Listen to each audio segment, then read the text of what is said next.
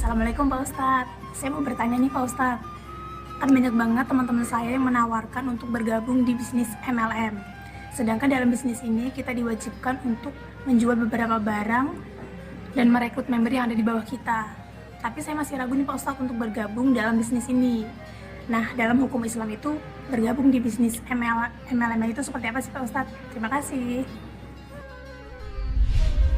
Waalaikumsalam warahmatullahi wabarakatuh. Saudara-saudara para pemirsa, bisnis dalam Islam masuk kategori muamalah yang hukum asalnya adalah boleh. Seperti dijelaskan dalam satu kaidah fikih, al-aslu fil muamalah al-ibahah. Bisnis dalam Islam masuk bagian dari muamalah dan itu dibolehkan. Perkembangan bisnis sekarang ini, baik sistem maupun budaya bisnisnya, sudah sangat pesat dan cepat. Maka diperlukan improvisasi, inovasi, teknik, dan mediasi dalam dunia usaha perdagangan. Dan Islam memberikan jalan untuk itu semua. Maka dunia usaha, bisnis, perdagangan dalam Islam boleh dan memberikan ruang untuk melakukan perniagaan.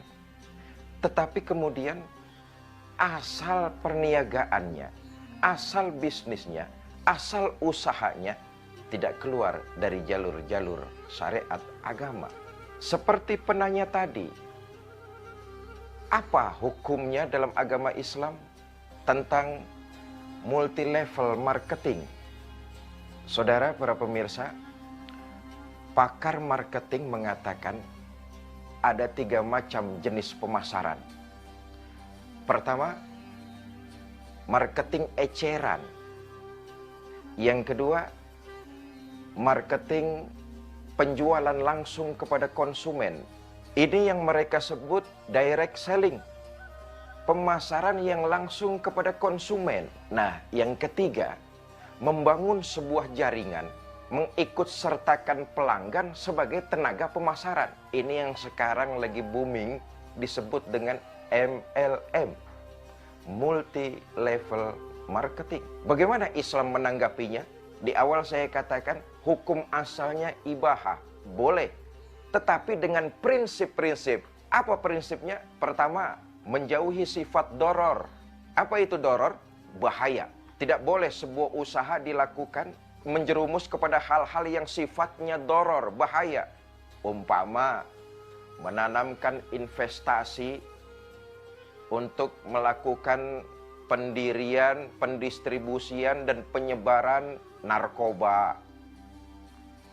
Menginvestasikan uang untuk menyalurkan, membuat dan menyalurkan serta menjadi bagian dari distribusi narkoba. Doror, bahaya, dan ini haram. Yang kedua, menjauhkan hal-hal yang bersifat jahalah. Apa itu jahalah? Ketidakjelasan. Dalam Islam sebuah perniagaan, barang yang mau diperjualbelikan harus jelas bentuknya. Tidak boleh samar-samar, apalagi orang sekarang bilang beli kucing dalam karung. Barangnya itu harus jelas. Saya menjual barang misalnya dengan si fulan, barangnya itu harus tampak dan jelas, serta diperlihatkan kepada fulan. Lalu terjadilah transaksi tawar-menawar. Maka prinsip yang kedua, jauhi sifat jahalah, ketidakjelasan. Pembeli dan penjual akan sah bertransaksi kalau barang yang diperjualbelikannya itu tidak jahalah. Harus jelas. Bapak, Ibu, saudara-saudara, para pemirsa Net TV yang saya cintai, berkaitan dengan MLM, multi level marketing. Sistem ini pernah dijalankan oleh baginda kita Nabi besar Muhammad SAW. Beliau pernah melakukan ini ketika awal-awal berdakwah di Mekah. Dakwah yang dilakukan Nabi itu multi level marketing, dari mulut ke mulut, dari orang ke orang, dari rumah ke rumah. Pesannya berantai. Membangun sebuah jaringan yang mereka juga diikut sertakan oleh baginda Nabi sebagai pemasar.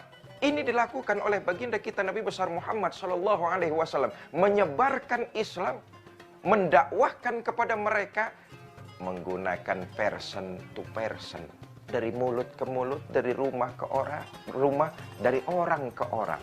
Saudara, saya kembali, muamalah ini masuk kategorinya muamalah. Maka hukum asalnya dalam Islam jelas dibolehkan, tetapi dengan sesuai syariat agama Islam. Yang perlu diketahui dalam bisnis MLM ini, pertama, MLM yang akan kita ikuti jauh dari unsur maisir. Apa maisir itu? Investasi judi. Jelas ini hukumnya haram. Karena itu saran saya, ketika kita ingin memutuskan bergabung kepada sebuah perusahaan MLM, hendaknya kita mengetahui dulu, jauh dari unsur maisir, unsur investasi perjudian. Mudah-mudahan Allah lindungi kita dari hal tersebut. Yang kedua, gharar, yaitu unsur penipuan.